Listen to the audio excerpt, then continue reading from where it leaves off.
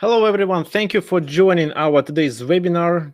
Today, we are going to talk about king position in Endgames.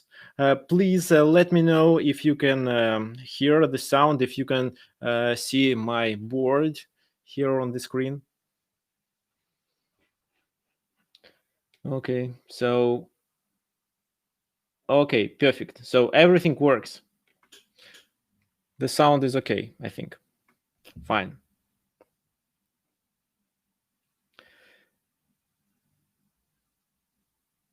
Yes, I had a good vacation. Thank you. So the vacation was about 8 days, and I enjoyed my trip to Turkey. Actually, if you want to travel out, no, I mean, if you want to travel abroad from Russia, you can go only to Turkey, Great Britain, and Tanzania.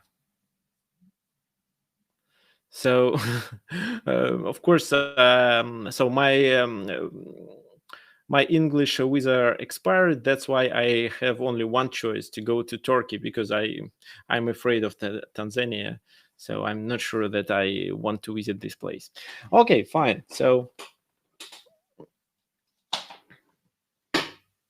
everything worked. So after the webinar, there will be this stream is recorded, and after the webinar, you will be able to watch the recording of this webinar on my YouTube channel. I'll show you. So this is my YouTube channel, and if you want, you can subscribe. If so, you won't miss any recording.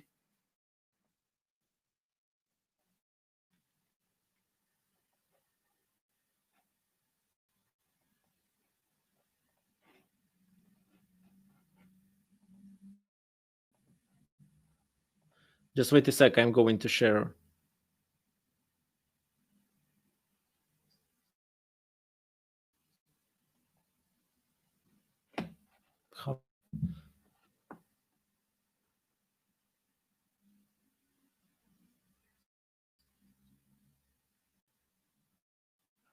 Actually, if for some reason you have some problems watching this webinar, you can go to my YouTube channel and watch a live stream there.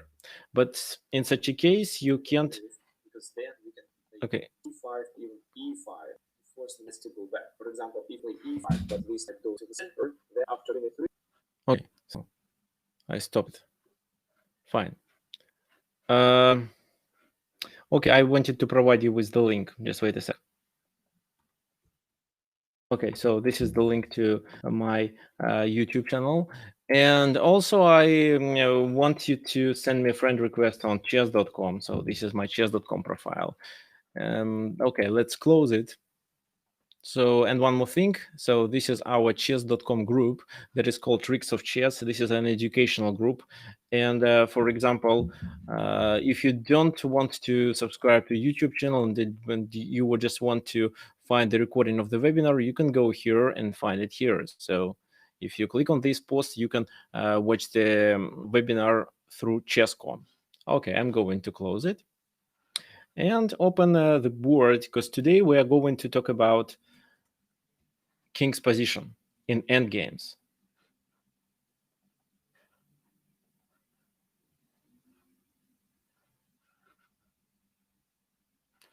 So for some reason, not everything works well. By the way, how do you evaluate this position? Who is better? What can you say? So what can you say about the knight standing on f6 especially?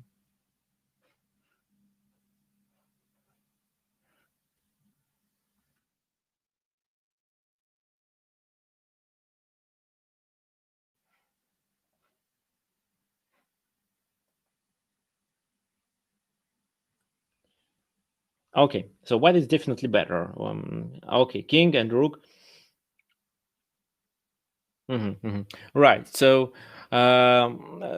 this position is devoted to active and passive kings. So while our king on d1 is quite active, the enemy king standing on h8 is passive and looks like black is playing without a piece, so without a king.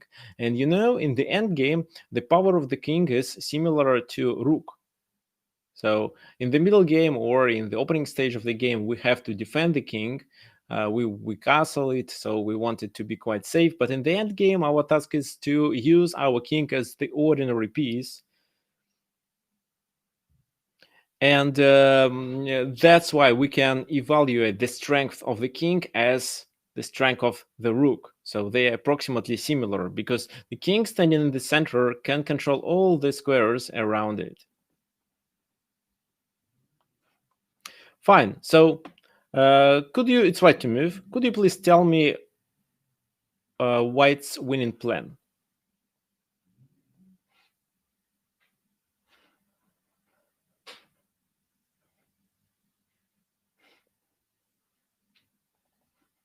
Sorry. Okay. What white should do? Black should be looking for a stalemate. Yeah, so it's obvious. Take the pawn on d4 and go to e7. This is exactly what happened in the game. King d2, b5. White played b4, however, it wasn't obligatory. Instead, he could just go and take on d4. So b4, the idea was just to fix the pawn structure there. a5, b takes a5, black played b4, a6, rook e8 attacking the rook, but a7. And if he captures this pawn on a7, then we promote a pawn to a queen and checkmate immediately. Rook d8 was played in the game, and after king d3, black resigned. He can't really do anything. He has just to move the rook from one square to another and wait until white king reaches the e7 square. Okay, so yeah, and this knight is a really strong piece. It restricts this king and also protects the pawn on d7. So there is no counterplay for black. Okay, so that was simple.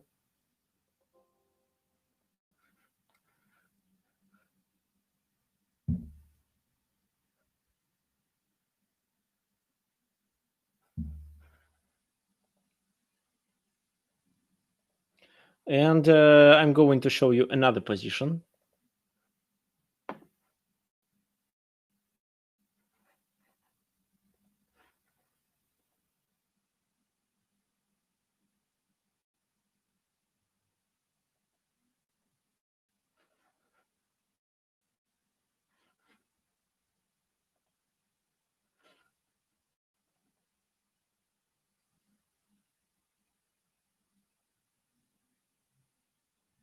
Okay, so we analyze this position for black.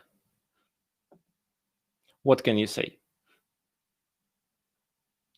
It's black to move, of course, because this king, black king, is under a check. Where should we go?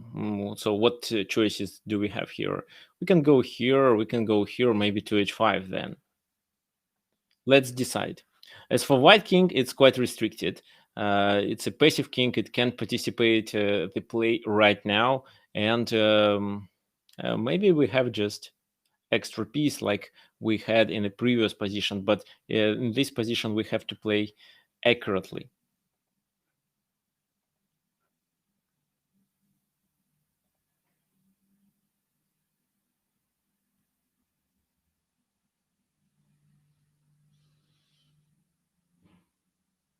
So king e6, but what is our plan?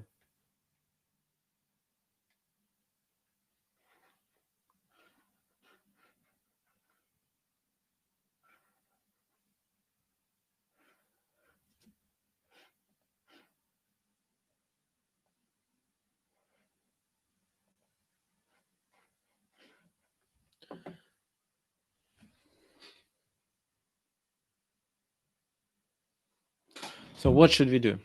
So king e6, let's say king e6, he can give a check on a6 and capture our pawn on h6. Are we okay with that? No, actually, yes, we are. But we should play accurately, of course. So king e6, rook a6 check, king d5, he captures the pawn.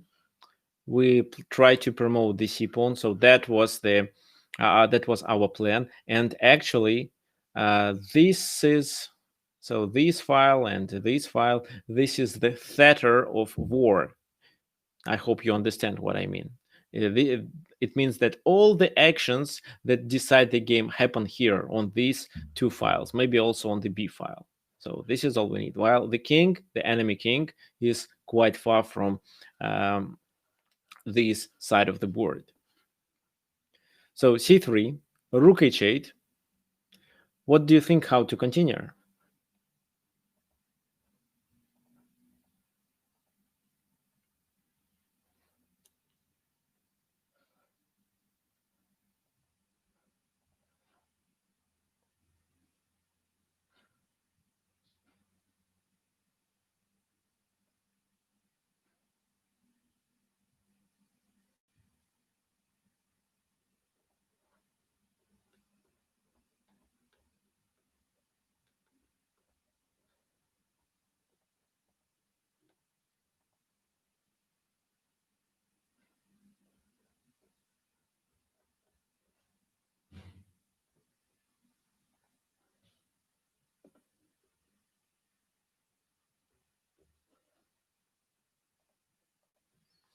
So rook a1 and then king d4 and king c4.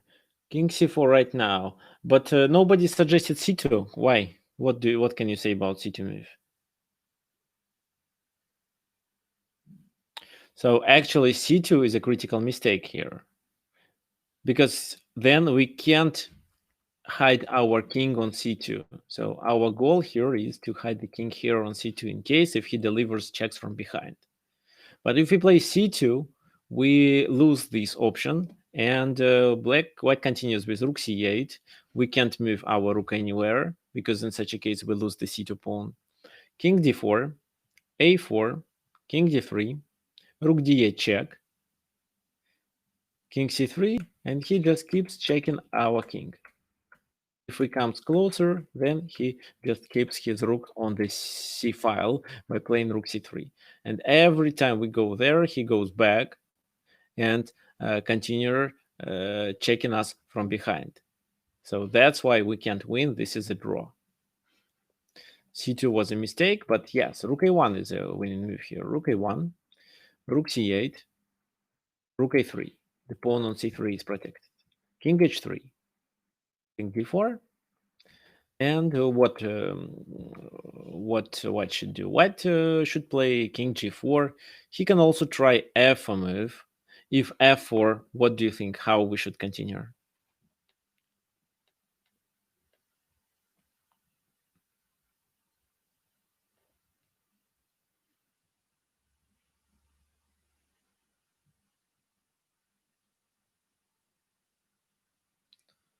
Take the pawn and then c2, right? So if he does this, we take c2. This is a check. He has to somehow react on it, maybe king h4. And then we play rook c3, blocking the c file so that we promote immediately. Well, in the game, it was king g4, rook a5 to protect and also to block. f4, rook c5. Well, if he takes, then we promote faster, for example. F takes g5, c2, g6, c1 equals queen, and after g7 we can just stop by playing, for example, this move, and then queen g8 or queen f7. Looks better.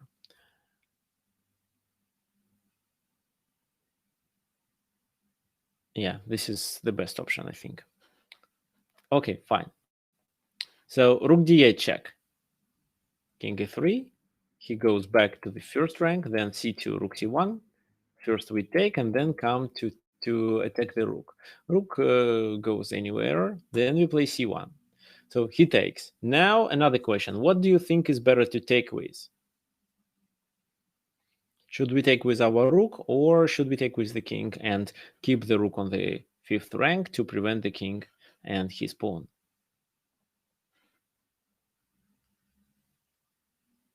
Okay, so yes, and please explain your answer. Why you think it's better to take with a rook, or you think it's better to take with the king because of this or that?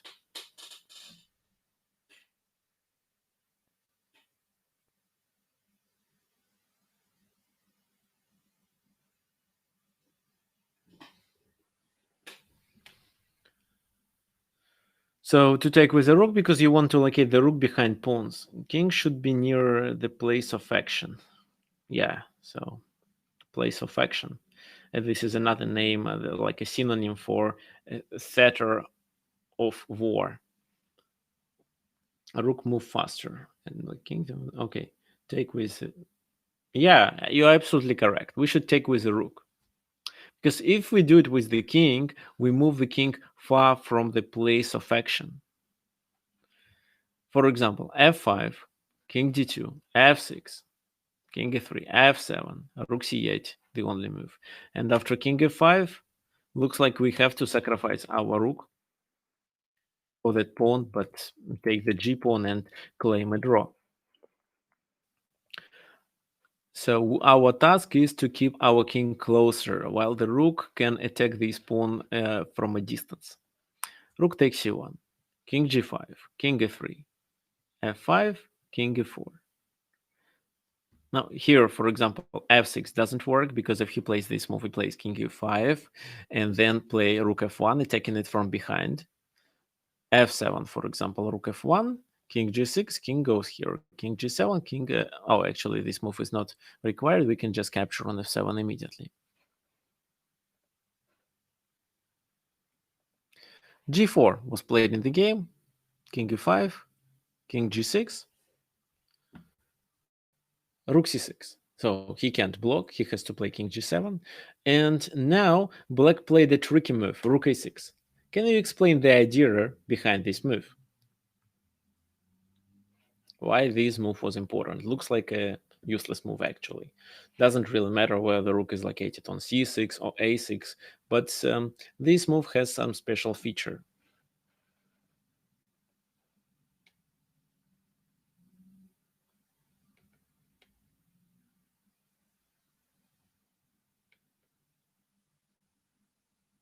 Oh, of course, white can't play g5. He loses the f5 pawn in such a case. Okay, so William thinks it's a Zugzwang. Okay, and Vitaly is very close to make the opponent move the king from g7. Yes, but the idea is not to move the king from g7. The idea is to force him to move the king to a certain position. What is this position?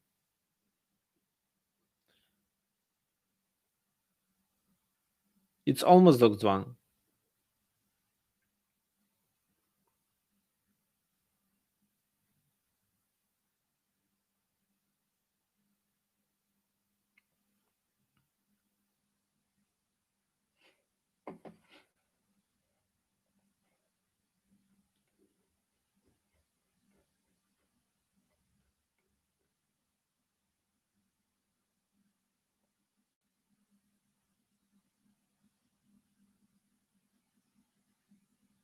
Okay, so where does he go?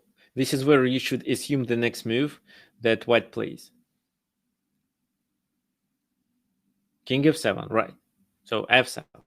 Okay, let's just quickly check what happens in case of f6. So we take, he plays this move, then we go, for example, back, and if he pushes it forward, we play king f5, and he can't move the pawn forward. We are going to take on g6 on the next move. If he does something else, then we play king f5 and take the pawn anyway. So yeah, king f7. The idea of this move is that this king standing on the same file as the f pawn means that he has to spend another tempo to be able to promote. That's why we can play king g5, f4 to be able to attack on g4. And after f6, we'll play king g5 because the f6 pawn is more important. It's more far advanced pawn. So you see, he can't push f7. The king is there. That's why we take on f6 and then we take the other pawn. If, for example, here he plays king g7, then king g5, and it's almost the same position. He has to make a move. It can be f7 or any other move, and then we take on g4, then come back to g5 and take the second pawn.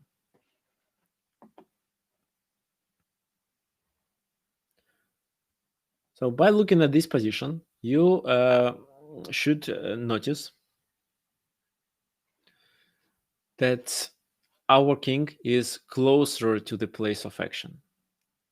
And this is the main factor that decided the game, because you see, we are materially 1 pawn down, and maybe some players would consider that white is better, but actually not. The king decides the game. So it's almost like an extra piece for a while the enemy king cannot participate the place of action. Okay, fine. The next.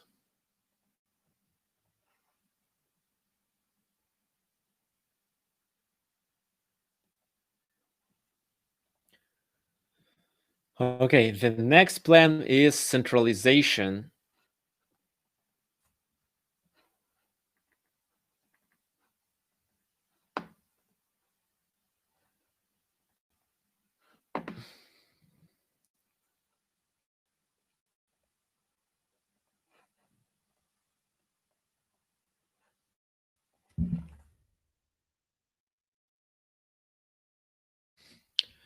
So both knights are hanging in this position, the c2 and the d5 knight.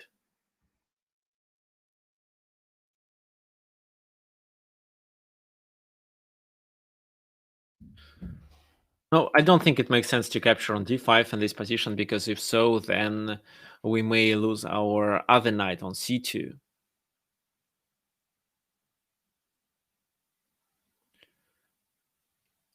So that's why white played king d2.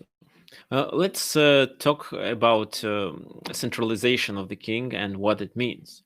When only you see the end game, it's a very typical maneuver to get your king to the central part of the board. So it's either d2, e2, sometimes even c2, just closer to the center, because from the center the king can reach both sides in a short period of time. Uh, but of course, you should think about several important things that can stop you from moving the king. First of all, your king shouldn't be the object of the attack in the case if you decide to keep it in the center. Your king should be still safe, and you should understand that with the pieces that left in your opponent's hand, it's impossible to deliver a checkmate, or at least you don't see that there is a checkmate, and the checks that he can play are useless. It doesn't improve his position and doesn't allow him any counterplay. If so, then yes, you may activate the king. The other thing that you should also keep in mind is, for example, if the place of action is located on the king side, or you have several weaknesses on the king side that should be protected with your king. Because in such a case, if you move the king to the center, you're likely to lose these king side pawns, for example. If so, locate your king on the king side, but of course it depends on the concrete position. But if you see that both sides are going to play on a certain part of the board, it can be on the king side or on the queen side, locate your king there. If you are not sure when the action takes place, then move the king to the center, because from there you can move it to the place of action very fast. What else you should remember? If you don't know the plan, if you don't know what move exactly to play, but you pass the game into the end game, just move the king to the center. Like play something like king d2, king d3, or something like that. Why? It's a good prophylaxis, because you may be not sure that the king on d2, king d2 is a really good move, but I am absolutely sure that this move, you'll find out this move helpful in future. After you play several moves, you'll see that the king covers some important squares that your opponent wanted to occupy with his pieces. So that's why it's so important. King d2 was played by white, so the knight here is protected. Black replied with knight b6. What is a logical move? Knight e3, covering the c4 square. And in this position, black decided to castle. Actually, he wanted to play king e7, but after king e7, white could play bishop b4 check. He has to go back, and then he loses his castling privilege. And at the same time, this rook becomes quite passive, because it can't join the center quickly, and the king is also in a bad position. It's closer to the center, but it doesn't allow to coordinate both rooks. That's why in this position, instead of playing king e7, black decided first to castle to be able to join the rook, and then play king f8, king e7, and so on. Okay, a4, rook d8, bishop d3, to stop any discovered attack. Black plays e5, rook h c1. So king d2 also helps to join the rooks to the game faster. Bishop e6, but rook c8, rook takes c8, and bishop b4. This move is played to restrict the king's activity. Now the king can't go to f8. Black plays knight e8. a5, chasing the knight. What do you think? Where this knight should go to?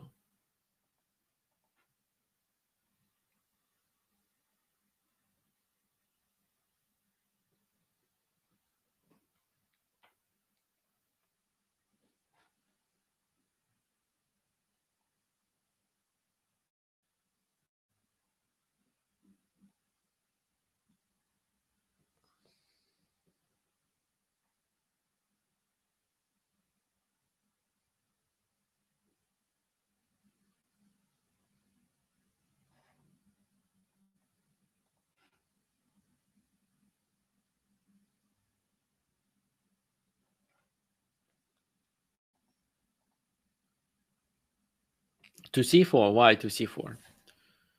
No, the king has two options. Oh, sorry, this knight has two options, either d7 or c4.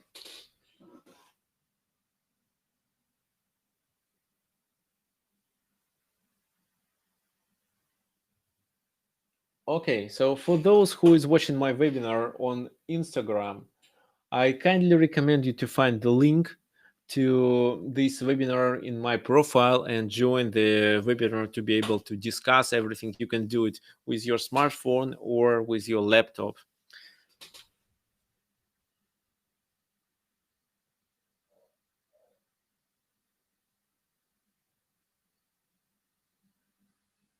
Okay, so d7. Yeah, d7 is correct, because if the knight goes to c4, then knight c4, bishop c4, rook c1, pinning. Bishop has to retreat to e6. Then we trade rooks. Bishop c5, forcing him to play a6, b6, and now all his pieces are restricted. So g6, for example. King c3. King is close. So here, if he plays, for example, bishop e6, we can sacrifice here and then promote the pawn. That's why he has to do something like that, and then we improve our position move by move, while it's difficult to find a good plan for black here. Okay, so that wasn't a good move. Knight d7 was a better choice. Knight d5. The idea is to activate the knight and force black to trade the bishop for a knight, so that white gets the advantage of a bishop pair. Knight c5. Bishop f5. Rook d8. Kind of a sneaky move. If we take on c5, rook d5, and he gains a piece back. But king c3. Now this king becomes really active. And for example, if rook d5 is played, how can we continue?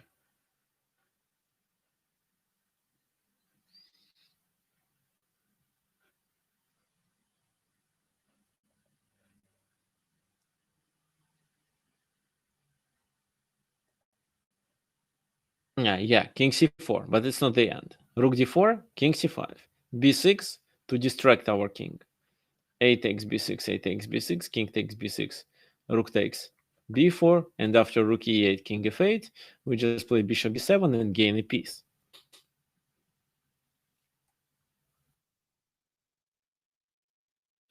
So that's why b6 here. Okay, let's go back a little bit. And there is a question from William. think here the question is,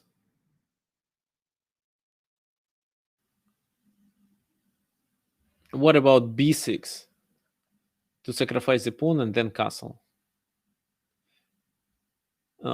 It's not a pawn sacrifice. So here, I think e takes d4, b takes a5. Maybe it was better than to castle. Then d takes c6, bishop takes c6, knight d4. White is definitely better, and c6 is a good spot for this knight, and maybe it even allows us to gain a pawn, right? So, but black decided to castle immediately. Okay, let's go back. So king c3, b6 was played here, not rook d5. A takes b6, a takes b6, bishop c5, b takes c5, b6, knight d6. How to play with white pieces here? The bishop is hanging, but we have a passed pawn. So what can you suggest?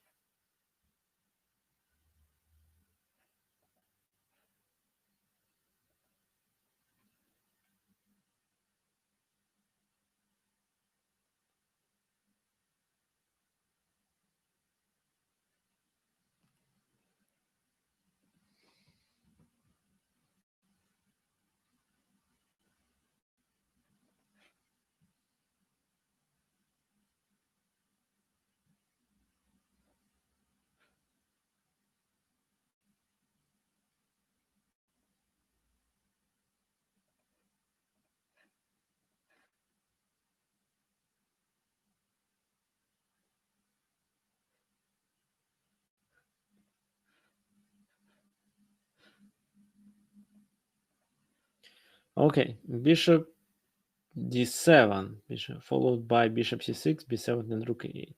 Exactly, bishop d7. This is the key move here.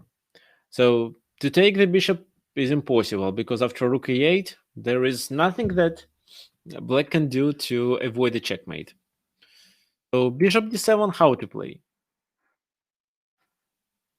King f8, king f8. Bishop c6. Rook b8, for example, but b7. If king e7, then rook e8 and the game is over, because either we take a rook or promote. No, for example, he can capture on b7, bishop b7, knight b7, rook goes here, and we gain the exchange. Oh, sorry, we have extra rook. If after b7 he takes with his knight, then we can just pin him and gain this knight on b7. The position will be absolutely winning.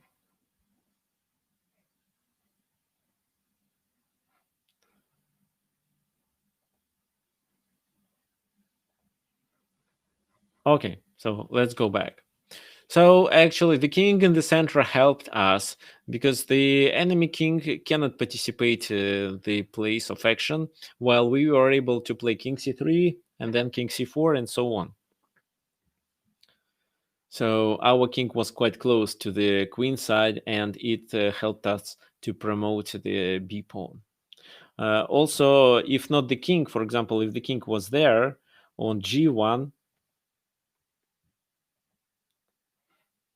let's say the king was there on g1, then black would have a counterplay with c4, c3, and so on. So that's why it's important to have the king in the center. Fine, let's close it.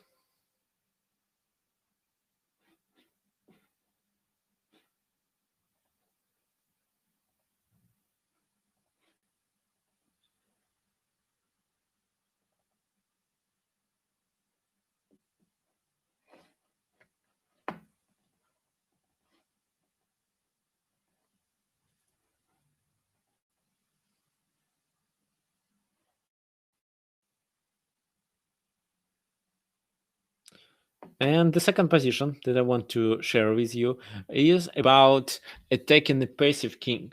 So sometimes it's one of the best plans, but it happens only in positions when you see that you restrict the enemy king position so that you can join more pieces into the attack, or just to keep it passive there with the pieces that you already have, or find a way how to either checkmate or gain the material.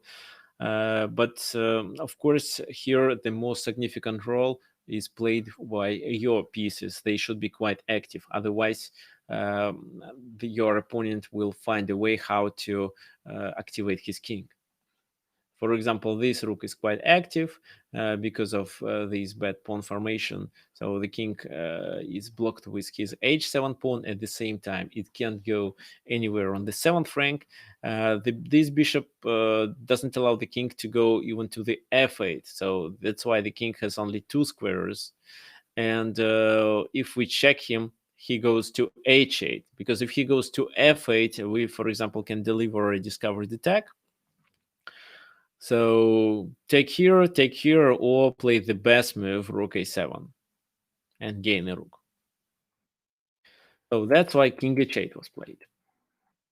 Rook e7, with 2 ideas, to capture the pawn and to play bishop g7. Here in the game it was played king g8. Maybe a better choice was to play knight e4.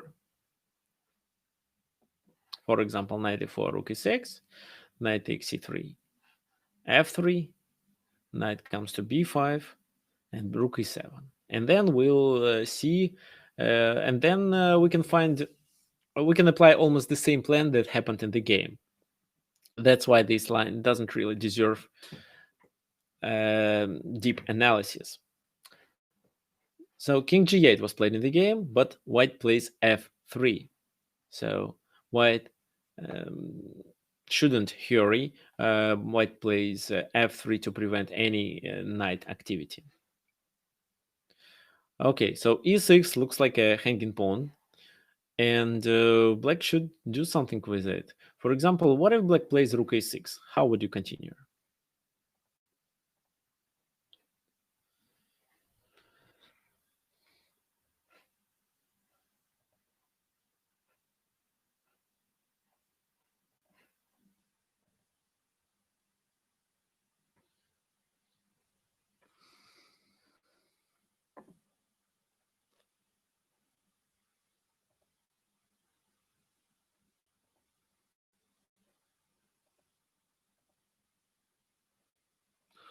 Attack the knight? How? Bishop g7? Bishop g7, knight h5. Maybe. Yeah, knight h5, for example. G4, no, the g4 right now or after knight h5? If g4 after bishop g7, then no, I mean bishop g7, knight h5, g4, then black can just capture the bishop on g7 with his knight.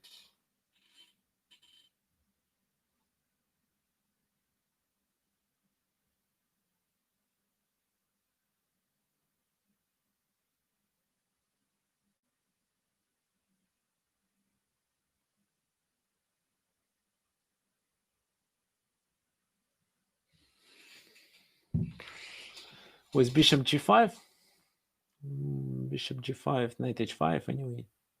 Then knight comes to g7. Yeah, maybe that makes sense.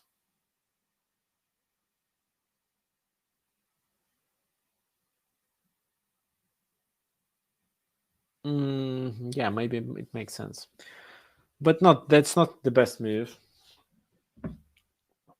Yeah, so the best move is to play rook g7, king goes to h8, and rook f7. This is how you're threatening with both checkmate. Rook f8 and rook takes. Oh yeah, you're threatening with a checkmate rook f8, and you want to take on f6 the knight. So if knight comes here, then you checkmate. And if knight comes to g8, you play bishop g7 checkmate. If rook e8, for not knight e8,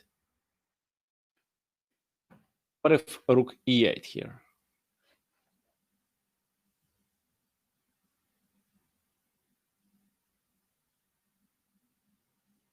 How would you play then?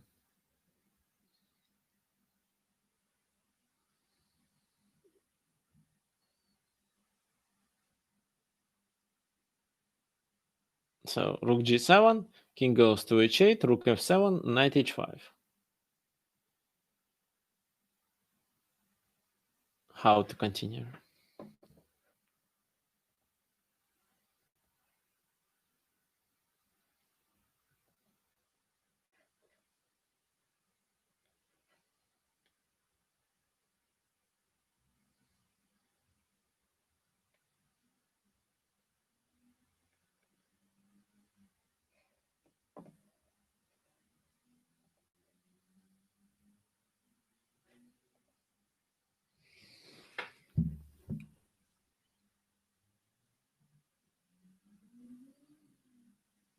G4, yeah, that's right, G4. No, he may take on G4, but then H takes G4, so it doesn't really change much. King G8, Rook goes, doesn't really matter where. Knight F6, the only square. Because if he goes to G3, we trap him with King F2 move, Knight H1, King G2. So if Knight F6, we go Rook G7 move, King H8, and Rook F7. And the knight is trapped.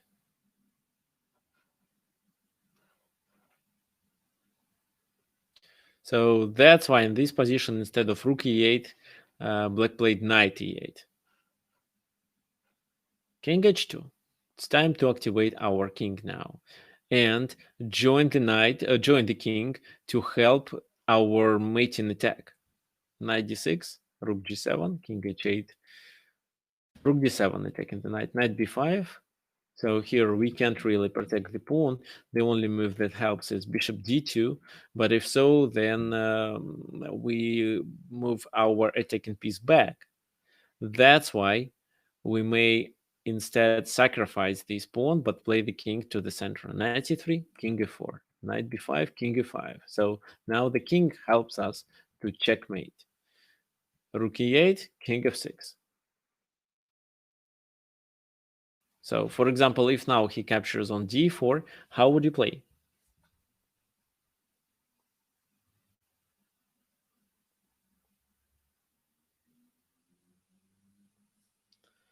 Yeah, right, king f7. And after rook g8, because king f7 is threatening with bishop g7 move, what leads to a checkmate. But rook g8, how to deal with it?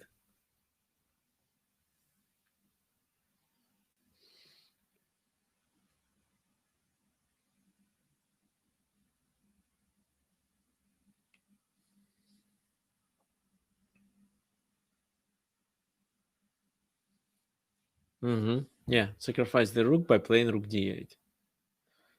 And then bishop g7. Almost the same thing happened in the game. Instead of knight d4, king g8 was played. Check, king h8. Rook attacks knight. Knight d6, again we attack the knight. He goes back, and then king is f7. 8. In this position, he tried to play d6 check, rook, and then he is already down the material. But even here, black can't escape, avoid the checkmate. After g5, we play rook d8, and then just bishop g7. And this is how the game ended. So when you see that you can restrict the enemy king's activity, for example, in the corner or in a certain part of the board, you may apply such a plan. So it's quite rare. Usually in endgames, you should be focusing on pawn weaknesses and your piece's activity. But when you see that the king is really weak, you should play on. You should apply a plan that attacks the enemy passive king, and maybe you will checkmate it. It's so. But if you're looking for a checkmate, you should imagine this checkmate and try to do everything um, to come to the position that you picture it in your mind. Okay, let me close it.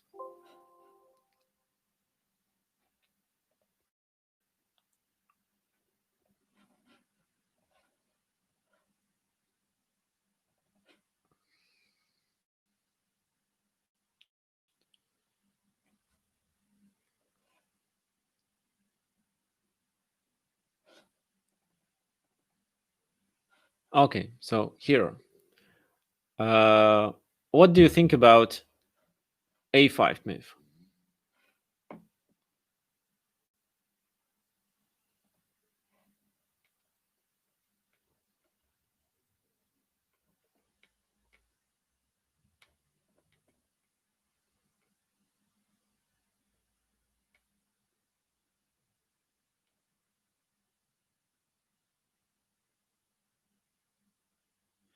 So we are going to talk by analyzing this position. We are going to talk about restraint of enemy pieces activity. For example, as for this position, we can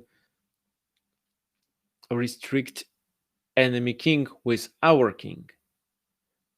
What means that we won't allow the king to join the place of action. And finally, it would lead to a Zugzwang.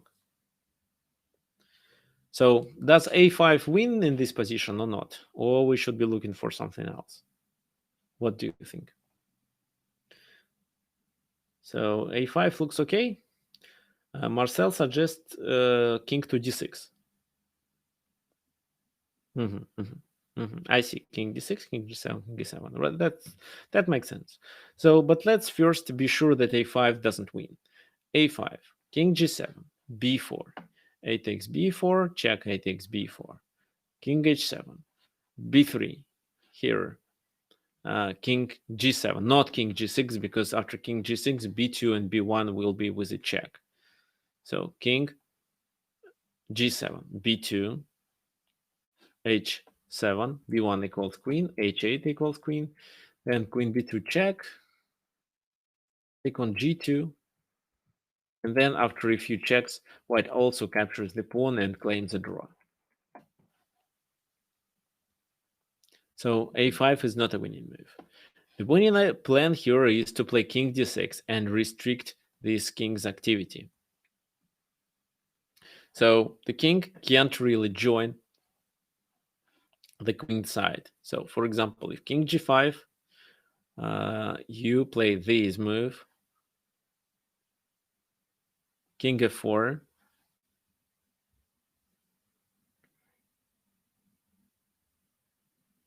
no, wait a second. King g5, you play this move, king g4, king e4, king g5, and then you play these, king f6, b4, a takes b4, a takes b4, king g7, b3, king h7. Here, king goes here, then b1, he goes here, and it should be a winning position. So check, check, check, check. No, he has to play to g8 because if not, then we occupy the square with our queen.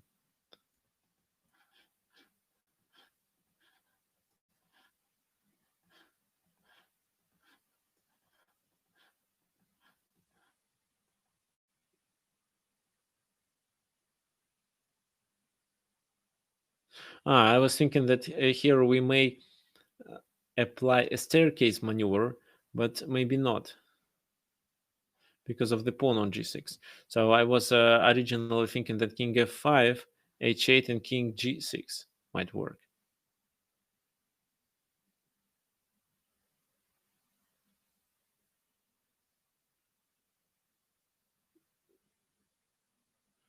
So the idea was to play this move, king g8, and after this move, he promotes. I was thinking about king g6, but we can't play this move right now.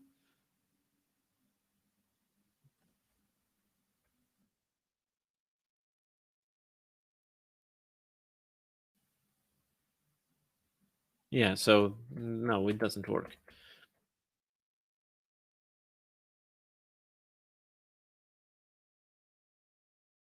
Okay, if it doesn't work, then we shouldn't play king e4. But in this position, we should just play a5. He goes to f3. We play b4.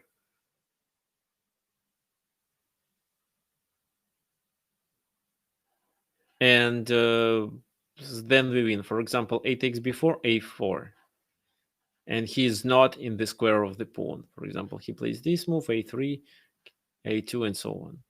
If he tries to promote the b pawn instead, then we are able to catch it like that. If he tries to ignore and play king closer, then b takes a3, and again he is not in the square of the pawn. d4, what else? a4 can be played. No, it doesn't work. We promote much faster.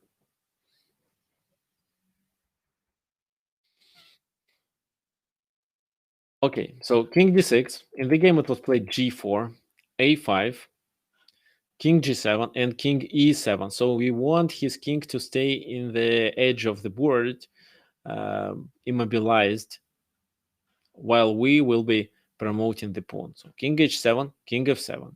Otherwise, he could go from the h file and promote the h pawn. But in this position, the king has to block his own pawn. g5. This is how he's almost hoping for a stalemate. What do you think we should do? How to continue with black pieces?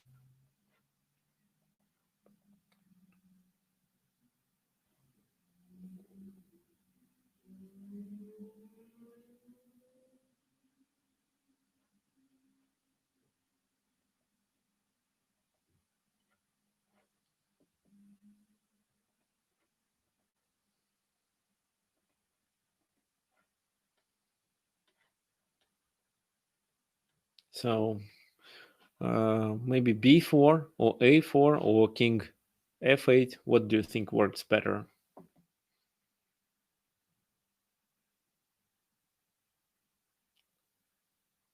King f8.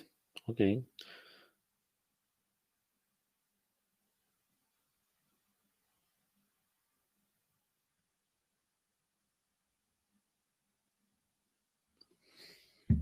Okay. Any other suggestions?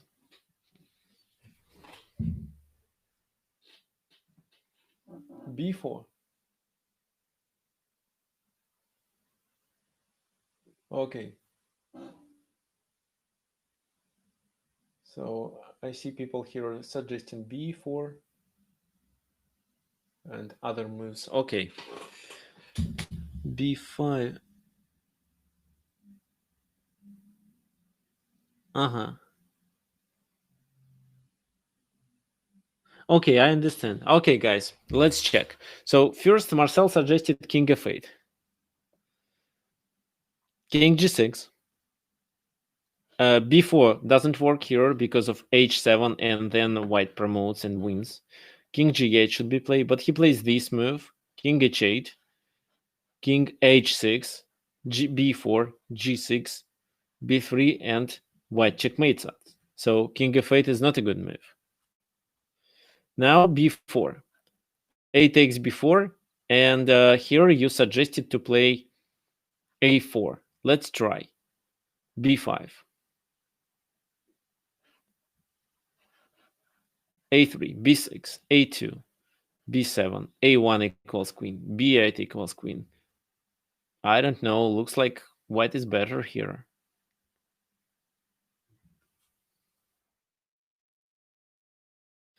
So b4 doesn't work. If b4, a takes b4, a takes b4, king h8, b3, h7, and after b2 or any other move that black can play in this position, we are white is in a stalemate. No, king e6 avoids the stalemate, but actually in this position black loses because b2, no, not loses, but I think it's a draw. So all these moves lead to a stalemate, but this move wins. How? h8, king h8, then b4. If he takes, we promote with a check. Faster and with a check, of course, then checkmate. If he doesn't take but play h7, we play king f8, forcing our opponent to take on b4, because this is the only other move that he has. So he's in the Zugzwang and he has to play only one move, a takes b4. And then, of course, we promote faster and with a check. what is also a checkmate. So let's look at this combination again. So king d6 to shoulder the enemy king. He goes first g4, we play e5. He could play king g7, but it doesn't really, the move order doesn't really matter here. King e7, he takes on h7, king f7. So we are totally shouldering the king, but the important thing is that we should play a4 first. Now, what if in this position he played this move first? What should we do? What do you think?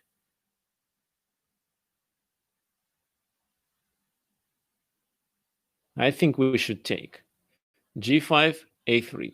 This move, h7, and a1 equals queen, checkmate. Okay, fine.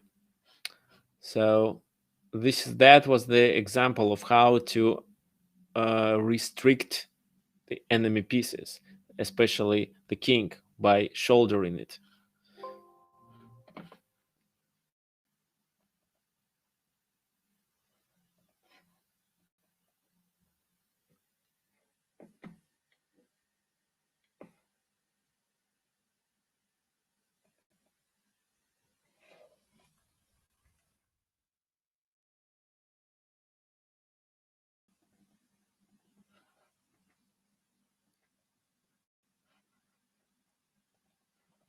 Okay, one more position for you.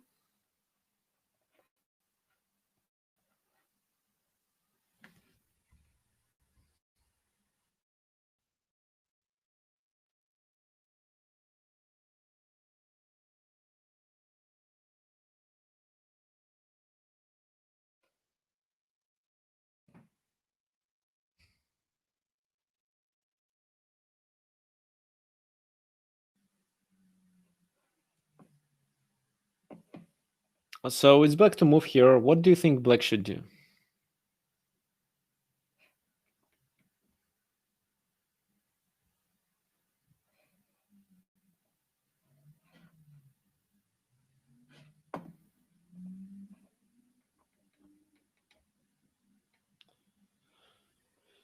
So this position is devoted to gain the material. So how to gain the material, how the king that is located better helps to gain the material that can decide the game, of course.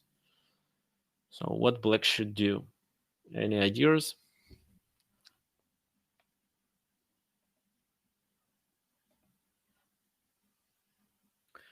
Take the knight and win the pawn. Oh, f4, what if he takes? Well, actually f4 deserves attention. Okay, so first let's analyze this option. King d5, it's gonna be a draw, I think.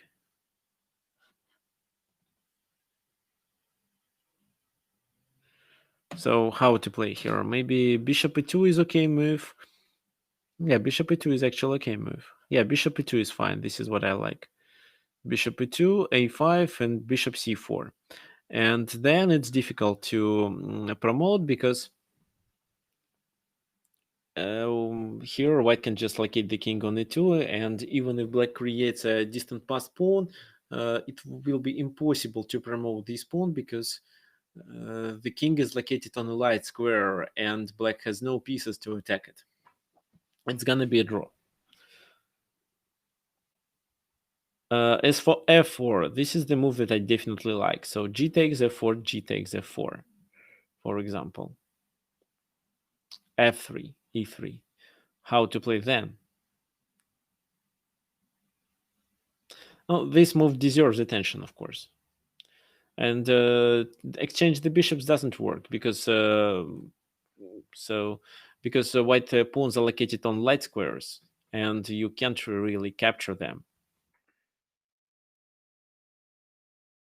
So f4 without bishop d5 makes sense. But king d4 was played in the game. Why? So the idea of this move is to get the queen to the queen, get the king to the queen side to be able to attack the b3, then capture the a pawn and promote. But white plays this move, bishop e2, and covers both squares. So we can't penetrate into his camp. But we can sacrifice the pawn on the other part of the board to be able to uh, get our king to c3 and capture all the queenside pawns and then promote. How? I'll show you. So first of all, I want you to understand that in this position, black is much better, of course, but white doesn't really have any counterplay. The only thing he has to do is just to stay. That's why black doesn't need to hurry, but black has first to improve all his other pieces and then apply a plan that sacrifices the pawn. So I'm talking about f for plan that sacrifices the pawn there, and after knight takes, it allows black king to come to c3 and take all other pawns there.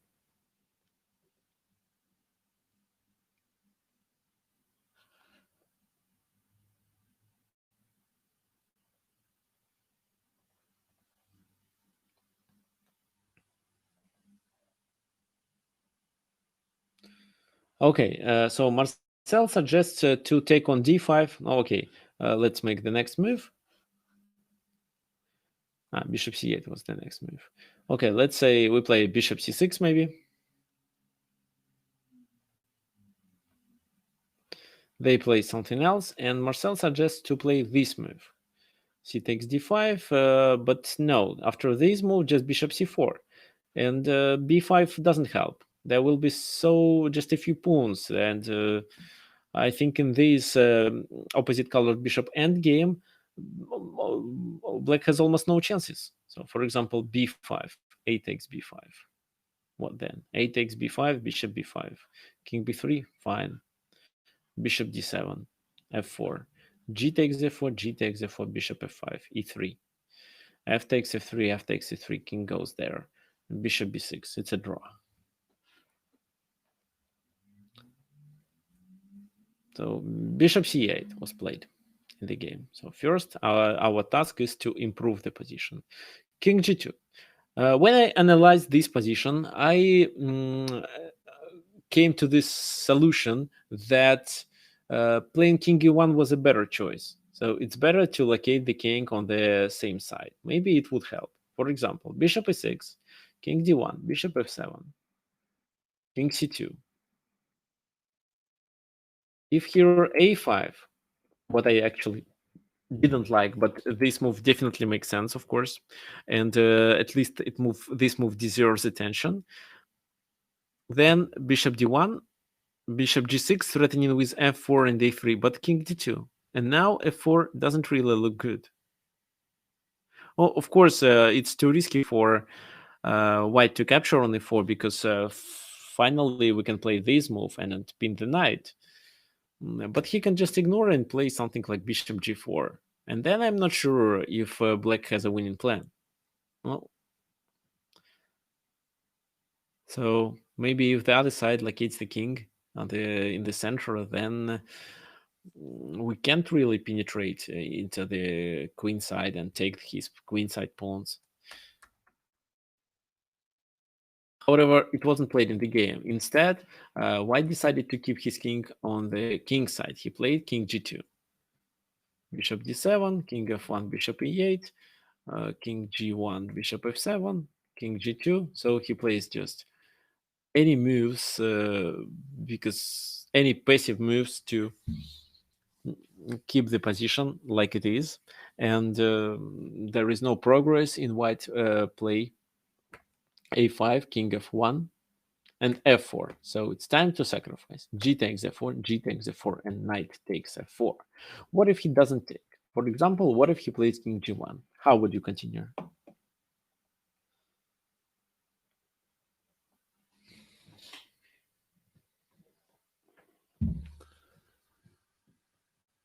Bishop d5? Oh, you William. So bishop d5, you have to play the opposite colored bishop's endgame, and it's likely to be a draw. Even if you have one, or sometimes even with two extra pawns, it's a draw. Here, there will be only one extra pawn, but the only chance to win opposite colored bishop's endgame is to create two distant passed pawn that allocated in a distance of 4 squares or more.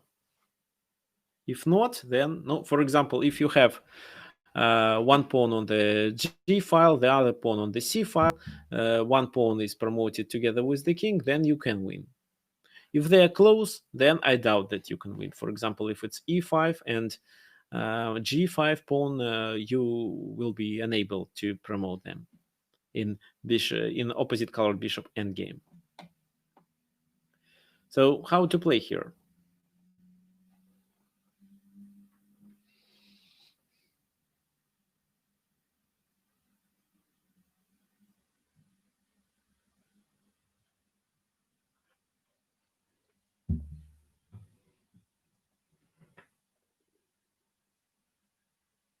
After king g1, what if he just stays and doesn't really do anything?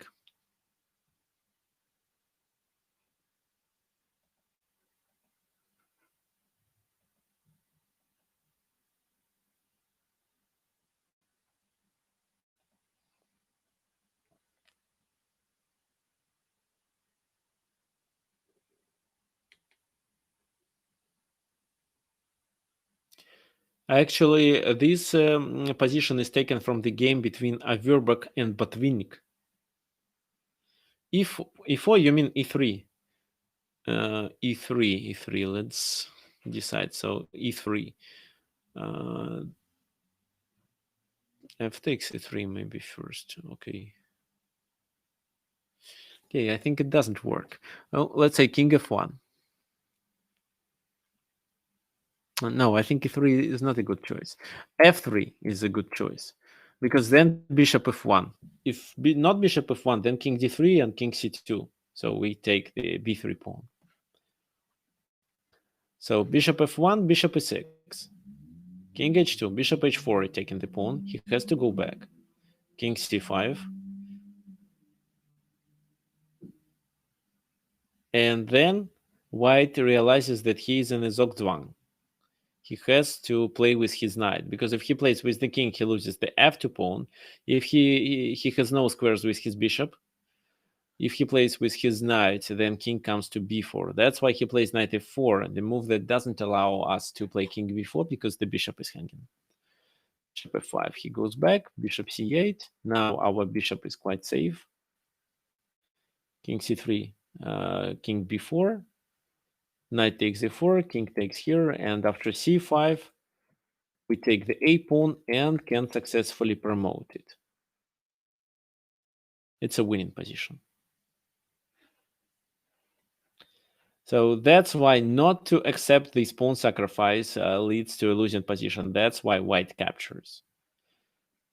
King c3, bishop d1, king d2, bishop goes anywhere, king c2. So finally, we are almost ready to take on d3. Bishop e6. Knight was attacking our bishop. Now he plays knight d4 check, king c3. The knight has to play once again. It plays to f5 to attack our bishop. Bishop f8, knight g3. So he wants to trade the b3 pawn for the e4 pawn. So we are down one pawn, but actually the position is absolutely winning with no chances for white. King b3. So king e2 first, but knight e4 was another good possible move. It's difficult to say that knight e4 was a good move because any move in this position is bad and white loses the game anyway. King takes a4, knight e4, king b3, king d3, a4. So black is about to promote the pawn. Knight d2, check, king b2. And the last chance for white, he plays c5. What do you think? How should black play in this position? What is the most simple way to win this game? Averbach was playing against Botvinnik.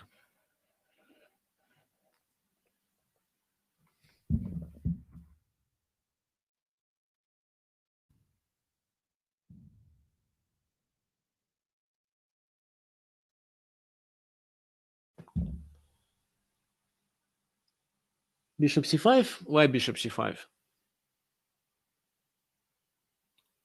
Bishop c5, f4 maybe.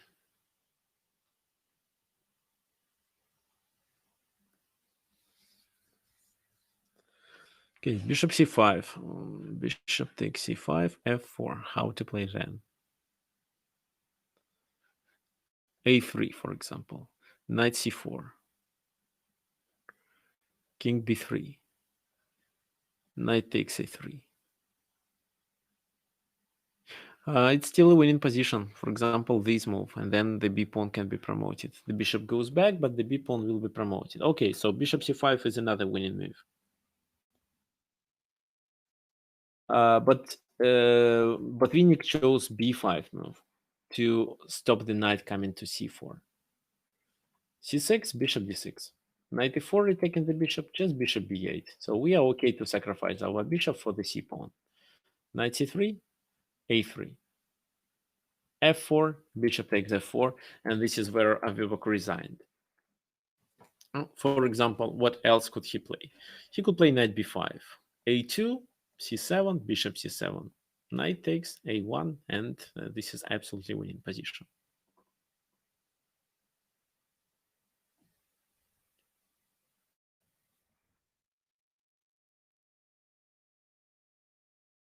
So if we go back to the very beginning, not all to the very beginning, but to this position. So here we decided to sacrifice the pawn on the king side to be able to distract the knight, and our king could penetrate into the enemy queen's side to be able to capture the b3 and a4 pawns to create a distant pass pawn, and looks like white couldn't really do anything. So you see, when the king is in the center, you have so many possibilities.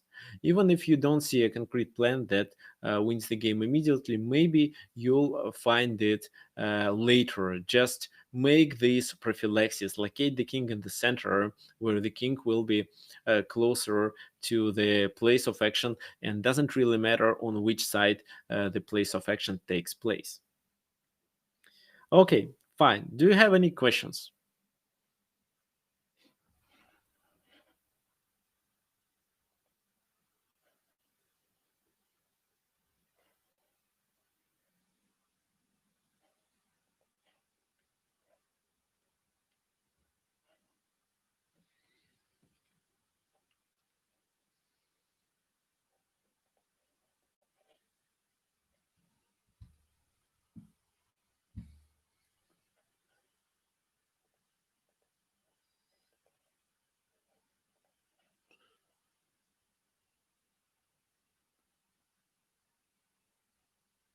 So you can also suggest topics for our future webinars. And if you have some other questions left, you can message me at tricksofchess@gmail.com.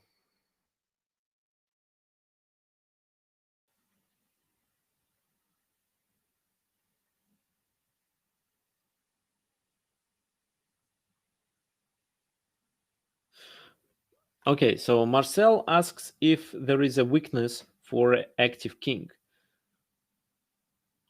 Now, if you see that the king in the center can be attacked by the enemy pieces, then you should think twice before you decide to locate the king there. Because yes, so you should evaluate if there is a risk to for your king to be checkmated. If not, if he can just make some useless check, and these checks won't improve his position, then that's okay to keep the king in the center, even if your opponent can check it. If you see that a potential of mating net can be found there, then you should avoid it. So keep the king closer, but not in the center. If you think that the center, the position in the center is quite dangerous.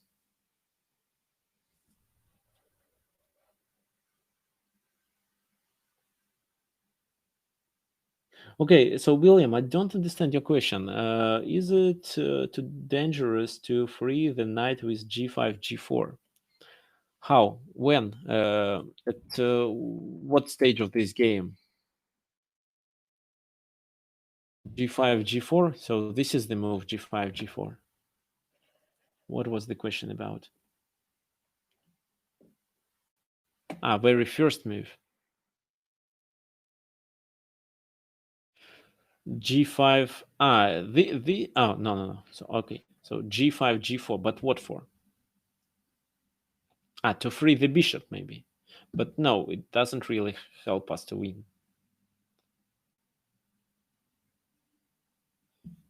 No.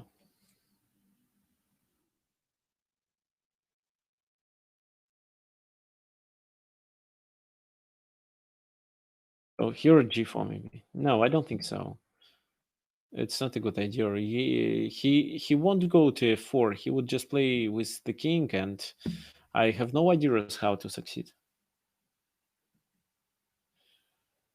Okay, fine. Thank you for the webinar. Thank you for attending it. The next one will be next week. So you asked me about some openings. Okay, I'll try to prepare something very interesting. If you have any other suggestions about some concrete openings, message me on chess.com or by email at tricksofchess@gmail.com. Okay.